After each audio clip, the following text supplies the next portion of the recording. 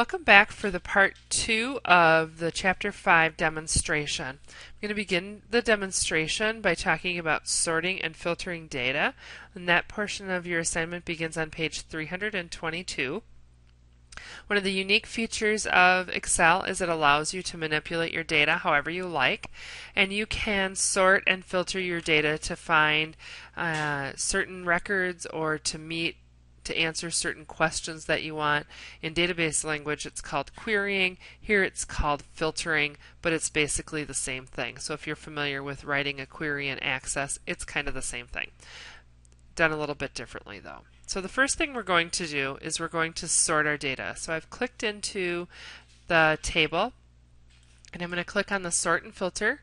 I'm going to choose sort A to Z. That's also known as an ascending sort. How I remember them is ascending starts with A, and so does the sort start with A, or 1, and goes up from there. The descending sort starts with Z and goes to A. It's the opposite. So we're going to sort this A to Z, and it's sorted this column because that's where my cursor is. It's sorted this column in A to Z order. And you can really sort any of these columns in A to Z order and it will group them how you like. When you do that, it's only going to sort the item that you've selected. Everything else will be unsorted and basically moved along with your record. But one thing to note, that when it moved this record, Casimir Doi, when it moved that record from its original location near the bottom of the list, it moved the whole record all the way across. It didn't just move the name, it moved everything. So you don't have to worry about keeping your record information together. Excel does that for you. It also, you can see, kept the formatting in a pink, white format, where you might be worried that it's going to put two pinks together or three whites together based on the sort order. It keeps your formatting all sort of organized for you, so that's a great little feature. Alright, the next thing I'm going to do is sort from Z to A, but we're going to do this a little bit differently. I'm click the Data tab up here, and we're going to use the Sort and Filter group here. And I'm going to choose this button to sort A to Z, or Z to A. So I click into my name column and I'm going to sort Z to A. It's basically the same thing, it's just another location that you can go to sort something. In your book, on the bottom right corner of page 323 is a handy little reference for you to know how do things sort. So everything gets sorted. Numbers before letters, space, nothing before something, so spaces before words, and so on. If you're finding that your records are not sorting in the right order, look for a random space. A lot of times that will mess up a good sort. The next sort we're going to do is using the auto filter menu, and this is one of the reasons people really like working with tables in Excel. So I'm going to click into the hire date field, and actually it doesn't really matter where I click, but I'm going to sort this field, and I want to sort from oldest to newest. And you can see again it's an ascending sort, but it gives you a little hint because I've formatted that as a date. It recognizes that it's going to go from oldest to newest instead of newest to oldest, to make it easier for the user to decide which sort they want. So we want oldest to newest, and I click that, and you can see it reorganized my document again. The next thing we're going to do is we're going to sort on multiple fields.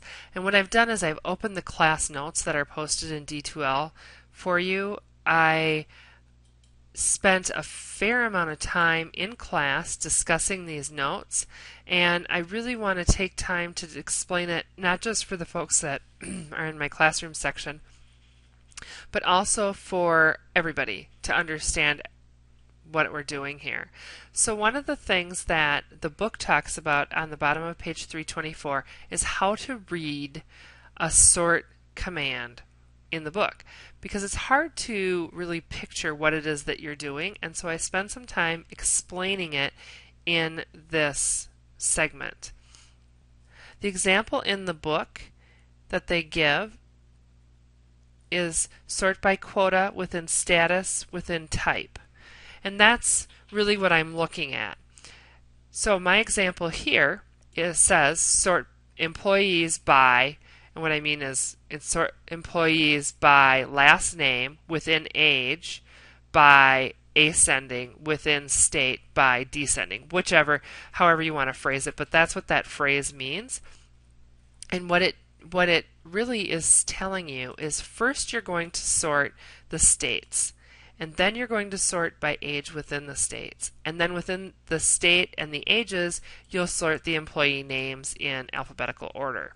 So it's important that you understand you start with the last thing stated, because that's going to be your major sort key.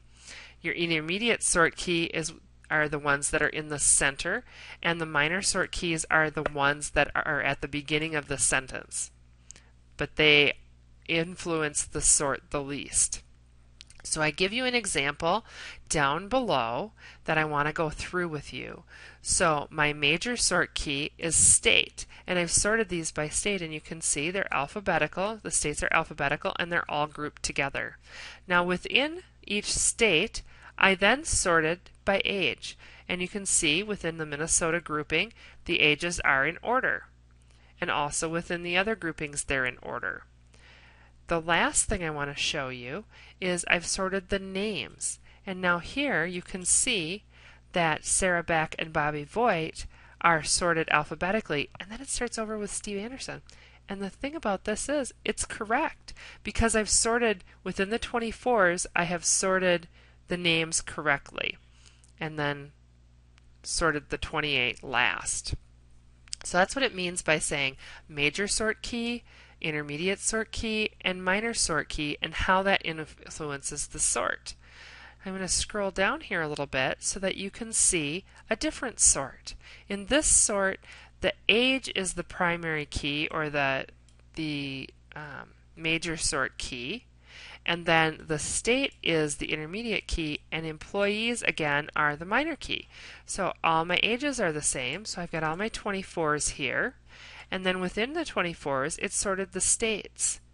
And then each state is sorted alphabetically by name. So it's really important that you take some time and really look at this so you understand how it is that records are sorted. I spent about 20 minutes talking about this in class and discussing it and students asking questions. So really make sure that you understand how things are sorted. I should have really done a third chart here so that you could see if this was the major key, the names would all be the same, and where you might have two people with the same name, it would be sorted within. But it's not a very good example, so I didn't use it for this chapter notes set. But again, just to reiterate, when you're doing a sort within a sort within a sort, you do the third sort first, and then the ones in the middle, and then the beginning one. And that's how you end up with a different list, because this list is certainly different than the first list up there, even though they start with the same people.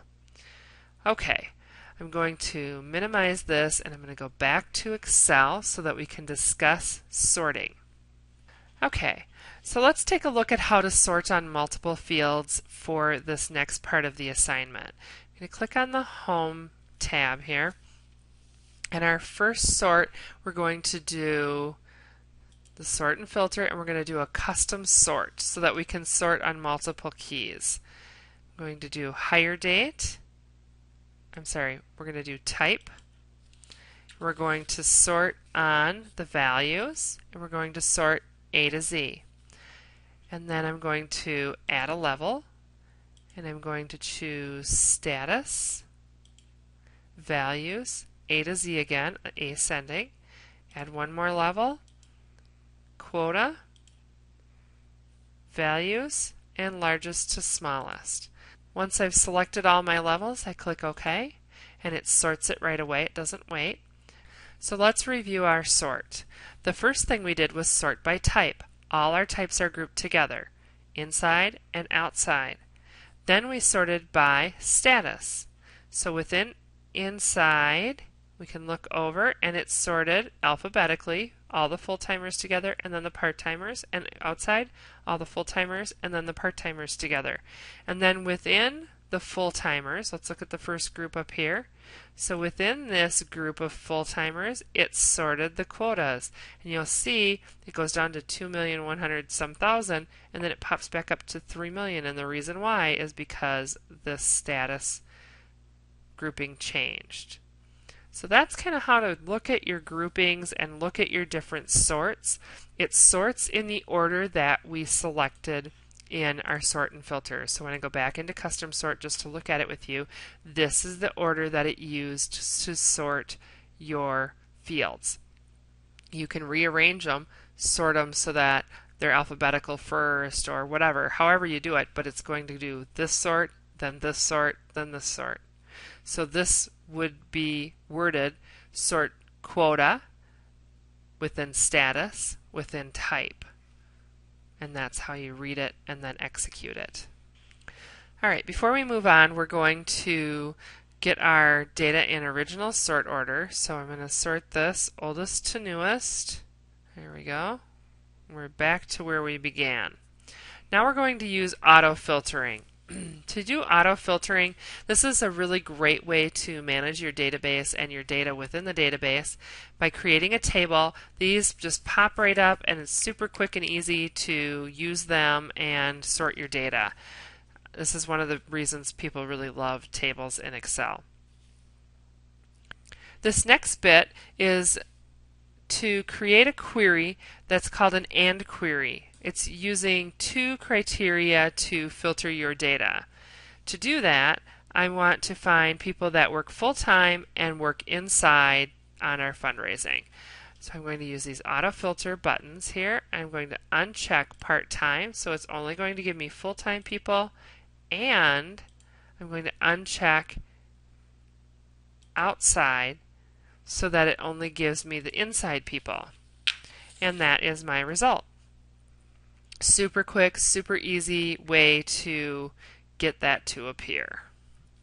You'll note after I've created a sort, I have my, if I look at my buttons here, now I've used this as a sort, that's the up pointing arrow, and these are indicating that I'm using them as filters. And that helps you realize that there are records that are not being currently displayed in your database. Now to take this off of our table, I'm going to click on the data button, data tab rather, and click the filter button, and that takes the filter on or off. So I can click this and it brings the filtering back, or I can take the filtering off. So using this filter button will also bring up and hide the auto filtering buttons. So if you don't want those to show or print, you can take them off and then show them again by clicking on that. Okay, next we're going to filter by numbers. This is on page 329 of your book, and when I click this down, there's this little pop-out that says number filters, and it gives me some options as to what would I like to do. The option that I want is actually a custom filter, but you can see what options are available. I'm going to choose a custom filter, and I want to find records that are greater than or equal to 3 or less than or equal to 5. And how I'm going to do that is drop this down, greater than or equal to 3, and less than or equal to 5. So that will give me anybody that has 3, 4, or 5 years of experience. Click OK, and I have gotten my quick auto filter custom filter. To turn that off, I'm going to click the filter button again, and it brings back all of my records again. Now, this works pretty well, and it's pretty easy to use, but you can't really tell what question, what query you're actually asking. To do that in a more visual way, we're going to create a criteria area, and this criteria area is going to enable us to put in our criteria and use that to sort our data and still be able to see the criteria.